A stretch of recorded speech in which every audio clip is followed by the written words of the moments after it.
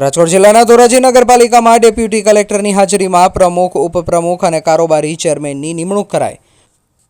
પ્રમુખ તરીકે ward number 9ના ઉમેદવાર સંગીતાબેન બારોટની વરણી, ઉપપ્રમુખ તરીકે ચિંટુભાઈ કોયાણી, વોર્ડ નંબર 4ના ઉમેદવાર તેમજ કારોબારી ચેરમેન તરીકે સીસી અંટાળાની નિમણૂક।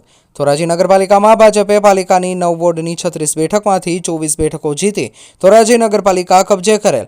ધોરાજી નગરપાલિકામાં પ્રમુખ, ઉપપ્રમુખ અને કારોબારી ચેરમેનની નિમણૂક કરાઈ છે। ભાજપના કાર્યકર્તા તેમજ રાજકીય આગેવાનોમાં ખુશી છવાઈ છે। રિપોર્ટર જગમાલ સુવા, ઉપલેટા। ચિંટુ રણછોડભાઈ કોયાણી, ઉપપ્રમુખ તરીકે મને જે જવાબદારી ભારતીય જનતા પાર્ટી આપી છે એના ઉપર અમે 100% ખરા ઉતરશું। આજે પાણી પ્રશ્ન, ભૂગર્ભ પ્રશ્ન અને શુદ્ધ પાણીનો પ્રશ્ન શું કહેશો બાબતે? જે કાંઈ પ્રશ્નો છે એનો જલ્દીમાં જલ્દી નિરાકરણ લાવશું।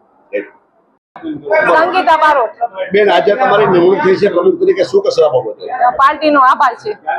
આજે ધોરાજીના પ્રશ્નો જે છે એ બાબતે તમારી શું અપેક્ષાઓ છે ને શું લોકોની? પહેલા તો મારી બહેનોને પાણી માટેની જે પાણીની ફરિયાદ છે, જે અમે વોટ લેવા ગયા ત્યાં તે પાણીની ફરિયાદ છે। પહેલા અમારો ઈરાદો એ છે કે પાણી પૂરું કરવા માટે। શુદ્ધ પાણી નથી આવતું અને સસ્તા દિવસે પાણી શું કહેશો? પાણી આવશે, શુદ્ધ જ પાણી આવશે, પણ એને થોડી વાર લાગશે। બાકી પાણી 4 દિવસે તો અમે કરવા બેઠા જ છીએ। અત્યારે તો સાફ સફાઈના પ્રશ્નો છે, ભૂગર્ભના પ્રશ્નો છે અને રોડોના પ્રશ્નો શું આ બાબતે કહેશો? એ બધું દરેકની સમસ્યા પૂરી કરવા જ અમે બધા બેઠા છીએ। હાલ જે ધોરાજી નગરપાલિકામાં તમને પ્રમુખ તરીકે અને ઉપપ્રમુખ તરીકે જે લોકોએ મત આપ્યા છે એ મતદારોને શું કહેશો તમે? બધાને મતદારોને બધાને આભાર માનું છું બધાનો।